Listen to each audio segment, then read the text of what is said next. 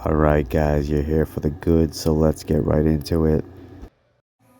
We're going to have some warm-ups here. This is actually a warm-up set for hack squats. So usually I warm up on a compound and then pre-exhaust on a more isolated type move. If you want more information on that, we'll probably make programs available eventually, but just getting a few reps in, just getting to feel real good and greasy here on the hack squats. So something I will say too is I've warmed up quite extensively or significantly before I even touch a weight, warming up knees, doing some PT type exercises as there would be called before I even touch any weights. So this we're going to be getting into some RDLs.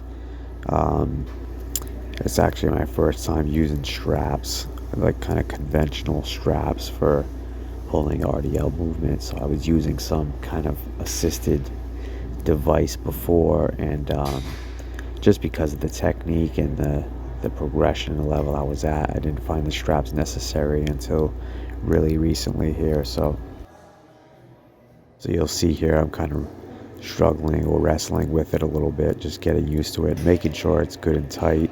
It's actually not even as tight as I would like to get it, but for a first go of it, I think it was pretty good. It worked, and it worked a lot better than what I was using.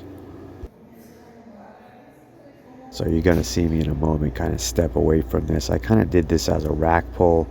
Honestly, it's easier to load up the weights and even unload, but I don't know if it's the best idea to be moving with the weight like that. I don't know if it's a big deal, but I might not do it again. This is a pretty good weight we're moving for about 245s. There's a 55 and a 45 on each side. This, of course, was pre-exhausted as well, like with drop sets on the hamstring, curls. So, and we still go for at least 8 reps, and I actually dropped the weight on this too and do another set after the video.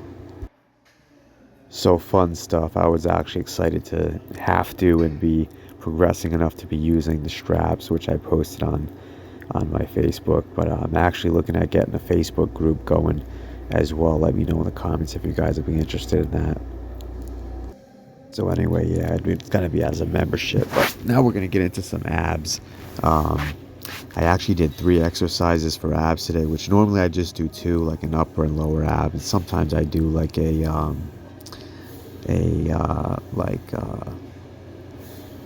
plank movement or weighted plank movement.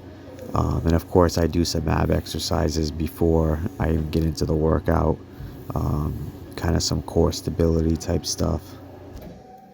It's really important and overlooked to strengthen your core, and a lot of ab work tend to be for the purpose of getting some visible abdominals, but really important for functionality and for progressing on some of your other lifts as well. Now you're going to see something I do at times. Instead of leg raises, I usually do my leg lifts or leg raises with weights, like at least a 10 or 15 pound dumbbell. And but then I offset. Sometimes I do them like this as well too, with just plain body weight and just with the angle. It's actually quite tough. It's maybe tougher than it even looks. And then I kind of pull in and tuck my knees a little bit to get a couple kind of heavy eccentrics, even after I'm pretty tapped on the movement. Yeah, so then this third movement, I just had in mind to do this when I went up to do abs. So, normally I wouldn't do 3 movements, the 3 that target the same areas like that. But I was just already kind of really set on doing this. Plus, it makes for fun video. Some of this boxing type stuff or some. Obviously, there's some value to the rotational strength and mobility, but mostly for the video, mostly for a fun video. So we're just going to be wrapping this up. Let me know in the comments what you guys think, what you'd like to see. Obviously, I don't record every exercise. We're planning on putting programs together and more tools for your fitness journey, and try to keep you motivated and inspired and maybe learn some things along the way.